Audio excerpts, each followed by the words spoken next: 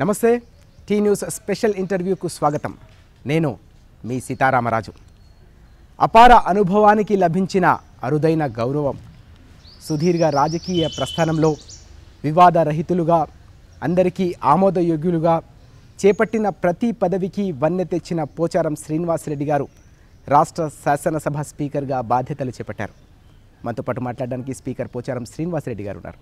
Sir నమస్తే. నమస్కారం అండి. ముందుగా మీకు టీ న్యూస్ పక్షాన ప్రత్యేకంగా శుభాకాంక్షలు సార్. Thank you. మీ సుదీర్ఘమైన రాజకీయ ప్రస్థానంలో అనేక రకాల పదవులను ఇప్పటివరకు అలంకరించారు. ఇప్పుడు రాష్ట్ర అత్యున్నత చట్టసభ స్పీకర్ బాధ్యతలు చేపట్టారు. ఎలా అనిపిస్తుంది సార్? ఈనాడు స్పీకర్ పదవి రాజ్యాంగబద్ధమైనటువంటి పదవి. రాజ్యాంగ స్ఫూర్తితో పనిచేయాలి. వ్యక్తిగత ప్రయోజనాలకు తావు ఇవ్వకూడదు. ఆ యొక్క సీటు, ఆ యొక్క ప్రస్థానం, ఆ స్థానం చాలా గొప్పది. రాష్ట్ర శాసనసభ స్పీకర్గా నేను పదవి బాధ్యతలు స్వీకరించిన రోజు నా జీవితంలో నేను రాజకీయ ప్రస్థానంలో కాలు పెట్టినప్పుడు ఎన్నడూ కూడా నేను స్పీకర్ అవుతాను కూడా అనుకోలే, మంత్రి అవుతాను కూడా అనుకోలేదు. కానీ అంచెలంచెలుగా ఒక సొసైటీ చైర్మన్గా నా రాజకీయ ప్రస్థానం మొదలై బ్యాంక్ చైర్మన్ నుంచి శాసనసభ్యుడిగా, మంత్రిగా ఈరోజు ఒక అత్యున్నత స్థానమైనటువంటి స్పీకర్ స్థానానికి ఈరోజు నేను చార్జ్ తీసుకున్నాను. గౌరవ ముఖ్యమంత్రి గారు చంద్రశేఖరరావు గారి యొక్క సహకారంతో వారు నన్ను ఇక్కడ కూర్చోబెట్టారు. వారు ఎంతో నమ్మకంతో పోచారం శ్రీనివాసరెడ్డి గారు అనుభవజ్ఞుడు, వివాదరహితుడు, చాలా చక్కగా వ్యవహరిస్తారు, న్యాయం చేస్తారు స్థానానికని వారు నన్ను ఎంపిక చేసి ఏకగ్రీవంగా శాసనసభలో స్పీకర్గా కూర్చోబెట్టారు. అది నేను కాపాడుకోవాలి. వారి నమ్మకాన్ని కాపాడాలి, ప్రతిపక్ష నాయకుల యొక్క నమ్మకాన్ని కాపాడాలి, ప్రజల విశ్వాసాన్ని చూరగొనాలి. ఇప్పుడు ప్రజల విశ్వాసాన్ని చూరగొనాలంటే శాసనసభలో ఒకరినొకరు తిట్టుకునేటువంటి యొక్క సాంప్రదాయాన్ని మనం పూర్తిగా తొలగించుకోవాలి.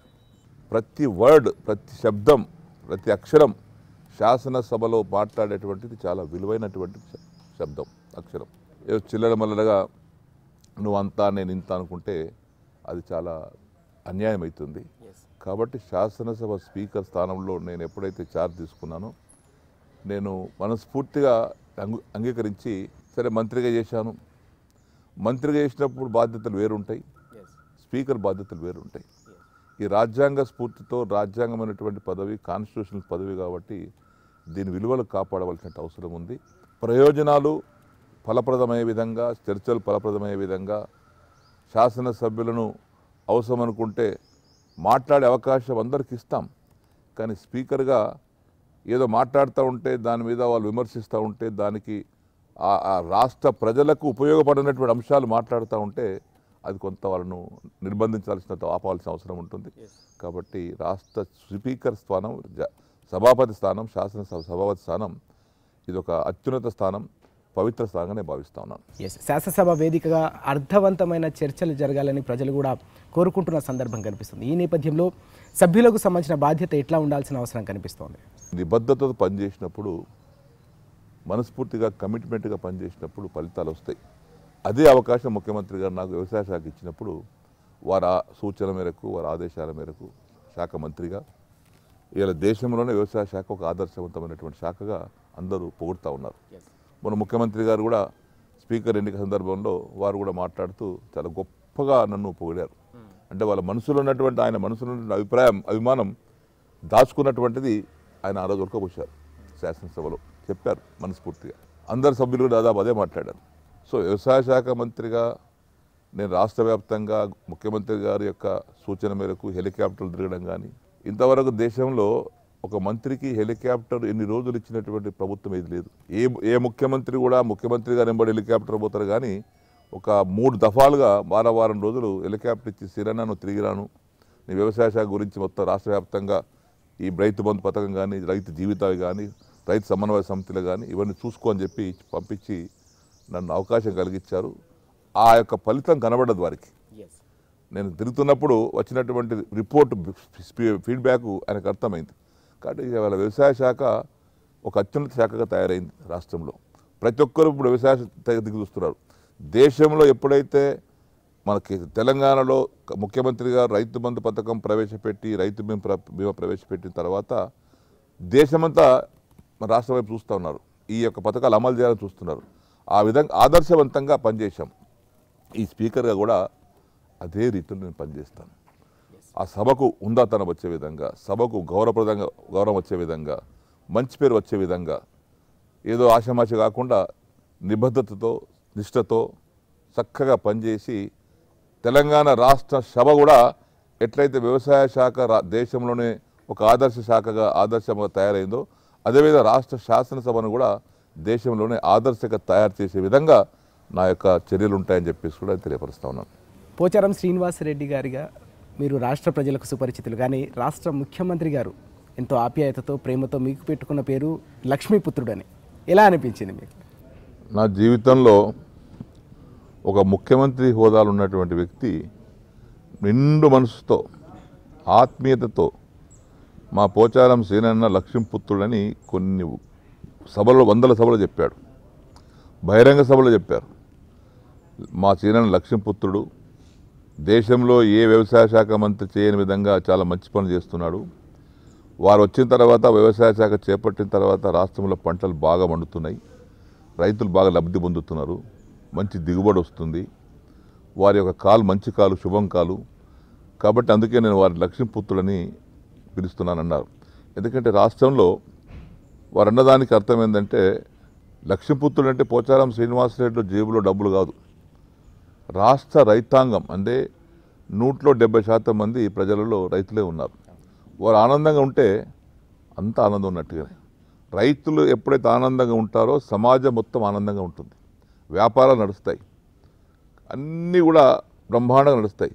వ్యవసాయదారుడు తృప్తిగా లేకపోతే అన్నీ స్తంభించిపోతాయి వ్యవస్థ అంతా. కాబట్టి 1,25,000 కోట్ల రూపాయలు సంవత్సరానికి 2 పంటలు కలుపుకొని రైతుల జేబులోకి వస్తుంది. అంటే వ్యవసాయ శాఖ మంత్రిగా అన్ని లక్షల కోట్ల రూపాయలు రైతుల జేబులోకి రావడానికి మేము చేసినటువంటి కృషి దానికి కారణం. ముఖ్యమంత్రి గారి ఆదేశాల ప్రకారంగా మేము రాష్ట్ర వ్యాప్తంగా తిరిగి మా అధికారులను అప్రమత్తం చేసి ఆ ఫలితాలు సాధించాం. మా అధికారులు కూడా గతంలో వ్యవసాయ శాఖ అంటే ఎవరు పట్టించుకునేవారు కాదు ఇవాళ, కానీ మా శాఖ అధికారులు కూడా చాలా బ్రహ్మాండంగా పనిచేశారు. నేను మన శాసనసభలో కూడా చెప్పాను వారి సహకారంతో ఇవాళ సాధించగలిగానని. కాబట్టి వ్యవసాయ శాఖలో పనిచేసేటువంటి అధికారి యొక్క నిబద్ధత కూడా దీనికి కారణం. కాబట్టి లక్ష్మీపుత్రుడు అనేటువంటి ఒక పేరు నాకు సార్థకమైపోయింది. ముఖ్యమంత్రి గారు ఇచ్చినటువంటి దాన్ని నిలబెట్టుకున్నాను. మీ ఎన్నిక సందర్భంగా కేటీఆర్ గారు ఒక అంశాన్ని ప్రస్తావించారు ప్రత్యేకంగా. ప్రతి అసెంబ్లీ సమావేశాలు ప్రారంభమైన సందర్భంలో ఒక నిత్య విద్యార్థిలా ఒక పుస్తకం పెట్టుకొని ప్రతి అంశాన్ని కూడా అందులో రాసుకునేవారు, దాన్ని మళ్ళీ పూర్తి స్థాయిలో మళ్ళీ చర్చల సందర్భంగా ప్రస్తావించేవారని. కొత్తగా ఎన్నికైన శాసనసభ్యులు కూడా చాలామంది ఉన్నారు. ఏం నేర్చుకోవాల్సిన అవసరం కనిపిస్తుంది ఇప్పుడున్న సందర్భంలో? శాసనసభకు శాసనసభ్యులు వచ్చేటప్పుడు నేను ఈరోజు ఏది మాట్లాడతాను అనే అంశం పైన పూర్తి అవగాహనతో రావాలి, అవసరం వస్తే తెలుసుకోవాలి. నేను ఈ సబ్జెక్ట్ గురించి మాట్లాడతాను ఇవల్ల. ఆ వచ్చిన సందర్భంలో శాసనసభకు వచ్చిన తర్వాత ఏం మాట్లాడాలని అటు ఇటు చూస్తుంటే ఫెయిల్ అయిపోతాం. ఇంటి దగ్గర నుంచి బయలుదేరేటప్పుడే ప్రిపేర్ అయి రావాలి. నేను ఈ సబ్జెక్ట్ ఇరిగేషన్ గురించి మాట్లాడతాను. ఇరిగేషన్ సబ్జెక్ట్లో ఏముంది, ఏం మాట్లాడాలి, నాకు ఏం కావాలి, నా కాన్స్టిట్యున్సీకి ఏం కావాలి, నా జిల్లాకి ఏం కావాలి, ప్రిపేర్ అయి రావాలి. ఆ ప్రిపేర్ అయి వస్తేనే ధైర్యంగా మాట్లాడగలుగుతాం. లేకపోతే తడబాటుతోటి నీకు స్పీకర్ టైం ఇచ్చినా ఆ సమయం వృధా అయిపోతుంది. అదేవిధంగా మంత్రులు కూడా, మంత్రులు అంటే మరి 4 కోట్ల మందికి 17 మంది ఉంటాం మంత్రులు, చాలా గొప్ప బాధ్యత ఉంటుంది. గౌరవ శాసనసభ్యులు మాట్లాడినటువంటి ప్రతి అంశాన్ని మేము ఏదో విన్నట్టుగా ఉంటే సమాధానం చెప్తాం రాదు. శాసనసభ్యులు వేసి అడుగుతారు, అధ్యక్ష నేను మంత్రి గారికి అడిగించే ఒకటి, ఆయన చెప్పేది ఒకటి అని చెప్తుంటే అబాస్ పాలవుతాం. నిజంగా చూసేవాళ్ళు కూడా, పబ్లిక్ కూడా, జనాలంతా టీవీ ద్వారా చూస్తుంటారు. రోజు అసెంబ్లీ నడుస్తుందంటే ప్రత్యక్షంగా కొంతమంది చూసి మెచ్చుకునేవారు ఉంటారు, తిట్టుకునేవారు ఉంటారు. మరి మంత్రి గారు ఆయన శాసనసభ్యుడు ఏం మాట్లాడిండు, మంత్రి గారు ఏం సమాధానం ఇస్తున్నాడు, ఆయన అడిగింది ఒకటి, సమాధానం ఇచ్చేది ఒకటి అన్నప్పుడు అబాస్ పాలవుతాం. అంటే వీళ్ళకి శ్రద్ధ లేదు, ప్రభుత్వంలో పనిచేసే మంత్రులకు ప్రజల పట్ల అసలు శక్తి లేదు, ఆసక్తి లేదు, ప్రజా సమస్యల పట్ల వీళ్ళకి శ్రద్ధ లేదు అనేటువంటి ఫీలింగ్ పోతుంది. కాబట్టి శాసనసభ్యుడు ఒక వ్యక్తి మాట్లాడినప్పుడు, ఆ సోదరుడు మాట్లాడినప్పుడు, ఆ సోదరు మాట్లాడినప్పుడు నోట్ చేసుకోవాలి. ఈ అంశం నోట్ చేసుకొని తిరిగి జవాబులో దాన్ని సరైన జవాబు ఇవ్వాలి. అవునా కాదా స్పందించాలి. స్పందించలేదనుకో, అధ్యక్ష నేను మాట్లాడిన దానికి మంత్రి గారు సరే సమాధానం ఇవ్వలేదంటే మెసేజ్ రాంగ్ పోతుంది. కాబట్టి నేను పుస్తకం పెట్టుకొని ప్రతి ఒక్క శాసనసభకు పుస్తకం, ప్రతి అసెంబ్లీకి ఒక పుస్తకం, 7-10 పుస్తకాలు ఉన్నాయి. ఇప్పటికి అట్లే రికార్డు ఉంది. ఏ శాసనసభ్యుడు ఏ రోజు ఏ టైంకు ఏది మాట్లాడిండు, దాని సమాధానం ఏందో రికార్డే ఉంది. ఆ విధంగా బుక్కులు తయారు చేసి అది పెట్టుకునేవాడిని. ఆ రాసుకున్నటువంటి అంశాలపైన నేను నాకు జవాబు ఇచ్చే అవకాశం స్పీకర్ గారు ఇచ్చినప్పుడు దాన్ని స్పందించి దానికి అనుగుణంగా జవాబులు ఇవ్వటం మంచిది. సమైక్య రాష్ట్రంలో మీరు మన శాసనసభను చూశారు. ఇప్పటికి కూడా మనం ఇతర రాష్ట్రాల్లో జరుగుతున్న శాసనసభ సమావేశాలు మనం చూస్తున్నాం. అర్థవంతమైన చర్చల కంటే కూడా గొడవలు ఎక్కువగా జరిగే సందర్భాలు మనం చూస్తూ ఉన్నాం. తెలంగాణ సాధించిన తర్వాత ఈ 4.5 ఏళ్ల కాలంలో మన తెలంగాణ తొలి శాసనసభ ఎట్లా అనిపించింది? అందరు అనుకున్నారు తెలంగాణ రాష్ట్రం రాదని అనుకున్నారు. గౌరవ ముఖ్యమంత్రి గారు కల్వకుంట్ల చంద్రశేఖర్ గారి నాయకత్వంలో తెలంగాణ తెచ్చుకున్నాం. అందరూ రాదనుకున్నారు, తెచ్చారు. ఆయన పట్టుదలతో ధైర్యం తీసుకొచ్చారు. ప్రభుత్వం ఏర్పాటు చేసిన తర్వాత వీళ్ళకి కొత్తగా వీళ్ళకి ఏమొస్తుంది, శాసనసభ నడపగలుగుతారన్నారు. ఈయన శాసనసభ దేశానికి ఆదర్శంగా నడుస్తూ ఉంది. ఇప్పుడు నేను స్పీకర్ అయింది కాదు, ఇంతకుముందు స్పీకర్ మధుసూచారి గారి నాయకత్వంలో, కేసీఆర్ గారి నాయకత్వంలో బ్రహ్మాండంగా దేశంలోనే ఇంతకుముందు ఎవరు లేనుకుంటా ఇంత అన్ని పద్ధతులు గిల్టినవుతుండే. ఇప్పుడు మా పద్ధతులన్నీ కూడా చర్చిస్తున్నాం. మొత్తం మంత్రులు సమాధానం ఇచ్చేంత వరకు శాసనసభ జరుపుతున్నాం. అవతల వారికి ఓపుకుంటే వింటారు, లేకుంటే పోతారు. వారికి వాయిష్టం అది. ఒకసారి రాత్రి 1-2 గంటల వరకు కూడా శాసనసభ జరిపాము. ఎందుకంటే ప్రజలకు అవసరం అది మేము చెప్పేది. ఇక్కడ శాసనసభ్యుడు అడిగిన దానికి ఆయన ఉండడా లేదా, ఉంటే ఆయనకు మంచి పేరు వస్తుంది. అడిగినటువంటి వ్యక్తి వెళ్ళిపోయిననుకో మా శాసనసభ్యునికి ఇంట్రెస్ట్ లేదని ప్రజలు అనుకుంటారు. కానీ ఆయన అడిగిన దానికి సమాధానం చెప్తున్నటువంటి యొక్క విషయం ప్రజలు వింటుంటారు. అరే మంత్రి గారు సమాధానం చెప్పారని చెప్తుంటారు. కాబట్టి ఆ విధంగా శాసనసభ ఔన్నత్యాన్ని కాపాడాం. కేసీఆర్ గారు కూడా బ్రహ్మాండంగా ఈరోజు పార్లమెంట్ చూస్తున్నాం, రోజు అడిచానే. ఆంధ్ర చూస్తున్నాం, రోజు కొట్లాటలే, తిట్టుకోవడమే. ఈ శాసనసభ తిట్టుకోవడానికి కోసం ఇవ్వలే ప్రజలు మనకు అవకాశం. ఒకరినొకరు తిట్టుకోవడానికో విమర్శించుకోవడానికి ఇవ్వలే. ఆ విమర్శకులతో బయట విమర్శించుకోండి, బజార్లో పోయి. శాసనసభలో కాదు. శాసనసభలో అర్థవంతమైనటువంటి చర్చ జరగాలి, ఫలితం రావాలి. అంతేగాని ప్రధానికి లేచి నువ్వు ఎంత పొడవు నేను ఇంత పొడవు అనుకుంటే ఆ పొడవులన్నీ బయట మాట్లాడుకోవాలి. ఇక్కడ శాసనసభలో కాదు. కాబట్టి ఆ విధంగా చర్చ ఈ 4 సంవత్సరాల్లో కేసీఆర్ గారు సభానాయకుడిగా వారి సూచన మేరకు బ్రహ్మాండంగా మధుసూచారి గారు కూడా బ్రహ్మాండం జరిపించారు. ఆ విధంగా అర్థవంతమైనటువంటి చర్చ జరిగింది. గతంలో నేను అనేక సంవత్సరాలు శాసనసభలో ఉన్నాను. ఇంత మంచి చర్చ ఎప్పుడు జరగడానికి అవకాశం రాలే. నువ్వంతా నేను ఇంత, నువ్వంతా నేను ఇంత చెప్పుకున్నాం తప్పితే అర్థవంతమైన చర్చ ఇప్పుడు తెలంగాణ రాష్ట్ర శాసనసభలోనే జరుగుతూ ఉంది. దేశంలో చూస్తున్నాం, వాడు స్పీకర్ బల్ల మీదకి ఫైటింగ్, మైకులు ఎరగొట్టడం, ఇవన్నీ సాంప్రదాయం కాదు. ప్రజాస్వామ్య సూత్రాలకు విరుద్ధం అది. అసలు ప్రజాస్వామ్య మూలమే ప్రజాప్రతినిధుల యొక్క పనితీరు ప్రజల ప్రయోజనాల కోసం కాపాడటానికి ఉన్నటువంటి పద్ధతి ఇది.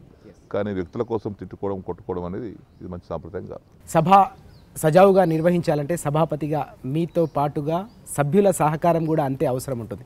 ఈ నేపథ్యంలో మీరు సభ్యులకు ఏం సూచిస్తారు? నేను మొదటి రోజు చెప్పాను, కొన్ని శాసనసభకు కొన్ని నిబంధనలు ఉంటాయి. స్పీకర్గా నాకు కూడా కొన్ని నిబంధనలు ఉంటాయి. శాసనసభ్యులకు కూడా కొన్ని నిబంధనలు ఉంటాయి. ఎవరు ఇష్టం వచ్చినట్టు వారు మాట్లాడటానికి రాదు. ఎవరు ఎంత సమయం మాట్లాడాలి. ఇప్పుడు సభ్యుల సంఖ్యను బట్టి కూడా సమయం చేయాల్సి వస్తుంది. ఇప్పుడు పార్టీలు ఉన్నాయి. ఇప్పుడు 100 మంది ఉన్న శాసనసభ్యులకు గంటనే, 10 మంది ఉన్నటువంటి శాసనసభ ప్రతిపక్ష పార్టీ గంటనే అంటే వీళ్ళకి 100 మందికి అన్యాయం చేసిన వాళ్ళం అవుతాం. ఎందుకంటే ఏ పార్టీ అయినా ఆ శాసనసభ్యుడు నియోజకవర్గం చూస్తుంటారు, మా శాసనసభ్యుడు ఏం మాట్లాడుతున్నాడు మా గురించి అని చూస్తుంటారు. కాబట్టి 100 మంది ఉన్నటువంటి వారికి ఆ 100 మంది సమయాన్ని బట్టి ఆ ప్రపోర్షనేట్గా వారికి సమయం ఇవ్వాలి. సంఖ్య తక్కువ ఉన్నటువంటి వారికి, వారు కొద్దిమంది ఉంటారు కాబట్టి మాట్లాడే వారి సంఖ్య కూడా తక్కువ ఉంటుంది కాబట్టి వారికి ఆ ప్రపోర్షనేట్గా వారికి టైం ఇస్తాం. కానీ నేను ఇద్దరే ఉన్నాం, 3 గంటలు మాట్లాడతా, మీ టీఆర్ఎస్ పార్టీ లేకపోతే కాంగ్రెస్ పార్టీ లేకపోతే ఇంకో పార్టీ 2 గంటలు మాట్లాడింది, నేను కూడా 2 గంటలు మాట్లాడతానంటే అది ఒక సభా సాంప్రదాయానికి విరుద్ధంగా ఉంటుంది. ఆ సభా గౌరవాన్ని కాపాడే వాళ్ళని కాకుండా పోతాం. కాబట్టి సభలో మాట్లాడే అవకాశం ఇచ్చేటువంటి పద్ధతిలో కొన్ని సూత్రాలు, కొన్ని ప్రిన్సిపల్స్ ఉన్నాయి. ఆ ప్రిన్సిపల్కి సూత్రాలు కట్టుబడే వ్యవహారం నేను చేయాల్సి వస్తుంది. దానికి సభ్యులు సహకరించాల్సి వస్తుంది. శాసనసభకు కొత్తగా ఎన్నికైన వారు గతంలో సమైక్య రాష్ట్రంలో మనం చూసాం, సరైన సమయం లభించలేదని గతంలో కొంత ఆవేదన వ్యక్తం చేసిన సందర్భాలు మనం చూసాం. ఈ నేపథ్యంలో మన తెలంగాణకు సంబంధించిన 2వ శాసనసభకు ఎన్నికైన కొత్త సభ్యుల పట్ల మీ సూచన ఏ విధంగా ఉండబోతోంది? మీరు వారికి ఎట్లాంటి ప్రాధాన్యత ఇచ్చే అవకాశం కనిపిస్తుంది? తప్పనిసరిగా కొత్త బిడ్డలు, కొత్త ఎమ్మెల్యేలు, వాళ్ళు ఏ పార్టీ వారైనా వారికి మాట్లాడే అవకాశం ఇవ్వాలి. లేకపోతే వారు శాసనసభకు వచ్చి కూడా వృధా అవుతుంది. ఏదో బయట మాట్లాడుకోవడము, బహిరంగ సభలు మాట్లాడుకోవడము, బజార్లో మాట్లాడుకోవడం వేరు, శాసనసభలు మాట్లాడడం వేరు. ప్రతి అక్షరం విలువైంది ఇక్కడ, ప్రతి అక్షరం రికార్డ్ అవుతుంది. నేను మాట్లాడింది కానీ, గౌరవ శాసనసభ్యులు మాట్లాడింది కానీ, గౌరవ మంత్రులు మాట్లాడేది కానీ, గౌరవ ముఖ్యమంత్రి గారు మాట్లాడేది కానీ ప్రతి అక్షరం రికార్డ్ అవుతుంది. ఒక్కొక్క అక్షరం విలువైనది, చాలా విలువైంది. మీదో ఇష్టం వచ్చినట్టుగా నా నోటికి వచ్చి మాట్లాడుతుంటే కుదరదు అక్కడ. కాబట్టి గౌరవ శాసనసభ్యులు కొత్త వారు వచ్చిన వారికి కూడా అవకాశం కలిగిస్తాం. వారు మాట్లాడడానికి అనుభవం లేకపోతే కొంత తర్ఫీదు కూడా ఇప్పించాలని చూస్తున్నాం. ఒక ట్రైనింగ్ క్లాస్ పెట్టి, వర్క్షాప్ పెట్టి, ఒక రోజు 2 రోజులు పెట్టి శాసనసభలోనే ఎక్కడో కొంత సీనియర్స్ పిలిపించి వారి అనుభవాన్ని వారికి చెప్పించే విధంగా పెట్టాలనుకుంటున్నాం. వాళ్ళు ఏ పార్టీ వారైనా మన తెలంగాణ బిడ్డలే కాబట్టి తెలంగాణ అభివృద్ధి చెందాలి, తెలంగాణ రాష్ట్రం బంగారు తెలంగాణ కావాలి, ప్రజల సమస్యలు తీరాలి, పేదల సమస్యలు తీరాలి, రైతుల సమస్యలు తీరాలి, ఉద్యోగస్తులు సంతోషంగా ఉండాలి, ఉపాధ్యాయులు సంతోషంగా ఉండాలి, పిల్లలు సంతోషంగా ఉండాలి, మహిళలు సంతోషంగా ఉండాలి అంటే ఇన్ని వర్గాల వారిని సంతృప్తిపరిచే విధమైనటువంటి యొక్క మూల సూత్రం శాసనసభలో ఉంది. ఈ శాసనసభ ఏది ఆదేశించిందో అది ప్రభుత్వం చేస్తుంది. శాసనసభ ఆదేశమే ప్రభుత్వం అమలు చేస్తుంది. ఇక్కడ మనం ఏం సూచన చేయలేదు, ఇక్కడ ఏం చర్చించలేదు, ఇక్కడ ఏం నిర్ణయాలు తీసుకోలేదు, ఏం చట్టాలు చేయలేదు, ఏం బిల్ పాస్ కాలేదు. ప్రభుత్వం అధికారులు కూడా ఏం చేయరు. చట్టసభలో మీరు తీసుకున్న నిర్ణయాలే ప్రభుత్వ అధికారులు, ప్రభుత్వ యంత్రాంగం అమలు చేస్తుంది. అంత గొప్ప అవకాశం ఈ సభ. కాబట్టి శాసనసభ్యుడిగా ఎన్నుకున్నటువంటి వ్యక్తి చాలా అదృష్టవంతులు. జీవితంలో ఇప్పుడు 5 సార్లు ఎన్నుకున్నా, 6 సార్లు ఎన్నుకున్నా, 1 సారి ఎన్నుకున్నా అది గొప్ప అవకాశం. ఈ ప్రజాస్వామ్య పద్ధతిలో ప్రజలు ఇచ్చినటువంటి ఒక గొప్ప అవకాశం, దాన్ని మనం సద్వినియోగపరచుకోవాలి. అందుకే గౌరవ శాసనసభ్యులు ఒకసారి 2 సార్లు కాదు, గెలుపుడు ఎన్నిసార్లు గెలిచినా వారికి అవసరం అనుకుంటే మాట్లాడే తీరు, పద్ధతి, ఏదే విధంగా మాట్లాడాలి, ఎట్లా మాట్లాడాలి, ప్రజాస్వామ్య సూత్రాలను, ప్రజాస్వామ్య విలువలు ఏ విధంగా కాపాడాలి అనే విధానం కూడా వారికి మేము చెప్తాం, ట్రైనింగ్లు ఇస్తాం. వారిని కూడా మనం పార్టీతో సంబంధం లేదు. ఇక్కడ శాసనసభ అంతా ఒకటే. అందులో ఉన్నటువంటి 119 మందిని, ఆ 119 మంది మీద గౌరవాన్ని నేను కాపాడవలసిన బాధ్యత నా పైన ఉంది. నా గౌరవాన్ని కాపాడే బాధ్యత వాళ్ళకుంది. అందరం కలిసి కాపాడాల్సిన బాధ్యత, శాసనసభ గౌరవాన్ని అందరం కలిసి కాపాడాలి. అప్పుడే ఇంకా మంచి ఫలితాలు వస్తాయి.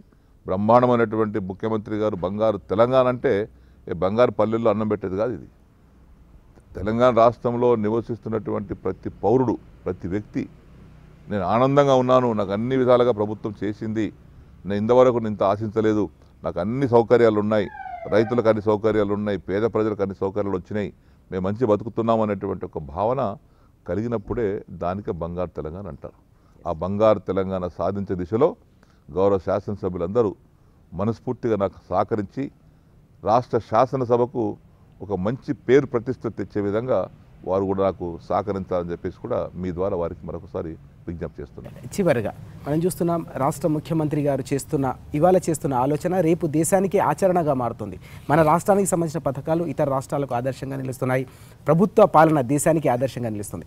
మన శాసనసభ కూడా దేశానికి ఆదర్శంగా నిలిచే విధంగా ఎలాంటి కార్యాచరణ ఉండబోతోంది? ఇది చాలా గొప్ప అంశం మీరు చెప్పింది. వచ్చింది తెలంగాణ ప్రభుత్వం 4.5 సంవత్సరాలు, పసి పాప. 4.5 సంవత్సరాలు అంటే చిన్న పాపనే. కానీ చిన్న పాపగా ఉన్నటువంటి తెలంగాణ చాలా గొప్ప పనులు చేస్తూ ఉన్నాం. ఏ రాష్ట్రంలో చేయని పనులన్నీ మా రాష్ట్రం జరుగుతున్నాయి. వీళ్ళు 24 గంటల కరెంటు ఏ రాష్ట్రం లేదు, ఉచిత కరెంటు, లక్షల కోట్లు ఖర్చు పెట్టి ప్రాజెక్టు నిర్మాణం ఏ రాష్ట్రం లేదు, రైతు బంధు పథకం ఏ రాష్ట్రం లేదు, రైతు జీవిత బీమా పథకం ఏ రాష్ట్రం లేదు, కళ్యాణ లక్ష్మి ఏ రాష్ట్రం లేదు, గొర్రెల పంపికి ఏ రాష్ట్రం లేదు, కార్మిక చేపలు ఏ రాష్ట్రం లేదు. ఇవాళ ప్రతి అంశం, డబుల్ బెడ్రూమ్ ఇండ్లు ఏ రాష్ట్రం లేదు, సంక్షేమ పథకాలు, అభివృద్ధి పథకాలు, ఇవాళ రోడ్లు ఎక్కడ లేవు రాష్ట్రంలో. మా పక్క మహారాష్ట్రం చూస్తున్నారు, ఆశ్చర్యపోతున్నారు. సో ఇవాళ ప్రతి అంశం 4.5 సంవత్సరాలలో కేసీఆర్ గారు ముఖ్యమంత్రిగా వారి సూచన మేరకు మంత్రులు, ఎమ్మెల్యేలు, అధికారులు పనిచేసి ఈరోజు ప్రతిదీ రాష్ట్రం అని చేసే ప్రతి పని number 1 in the country, number 1 in the country. అదేవిధంగా రాష్ట్ర శాసనసభను కూడా నంబర్ 1గా చేస్తాం. ఆ విధంగా ఏదైతే అక్కడ అభివృద్ధి సంక్షేమ కార్యక్రమాలు నంబర్ 1 ఉన్నాయో దేశంలో, ఆ నంబర్ 1 స్థానాన్ని రాష్ట్ర శాసనసభకు కూడా గౌరవ శాసనసభ్యుల సహకారంతో, గౌరవ ముఖ్యమంత్రి గారి సహకారంతో, మంత్రుల సహకారంతో, మా యొక్క సిబ్బంది సహకారం, శాసనసభ సిబ్బంది వారు కూడా అవసరం, ఇందులో పాత్రధారులే, వారందరి సహకారంతో దేశంలోనే 29 రాష్ట్రాల శాసనసభలు ఉంటే తెలంగాణ రాష్ట్ర శాసనసభ గౌరవాన్ని పెంచి నంబర్ 1 సాధిస్తాం. రైట్, మొత్తానికి దేశంలోనే మన రాష్ట్రానికి సంబంధించిన శాసనసభను ఆదర్శ శాసనసభగా తీర్చిదిద్దేందుకు మీరు చేసే ప్రతి ప్రయత్నం ఫలించాలని టీ న్యూస్ పక్షాన మనస్ఫూర్తిగా కోరుకుంటూ ప్రత్యేకంగా మీ సమయాన్ని కేటాయించినందుకు ధన్యవాదాలు. Thank you thank you so much. Thank you ధన్యవాదాలు. Thank you very much.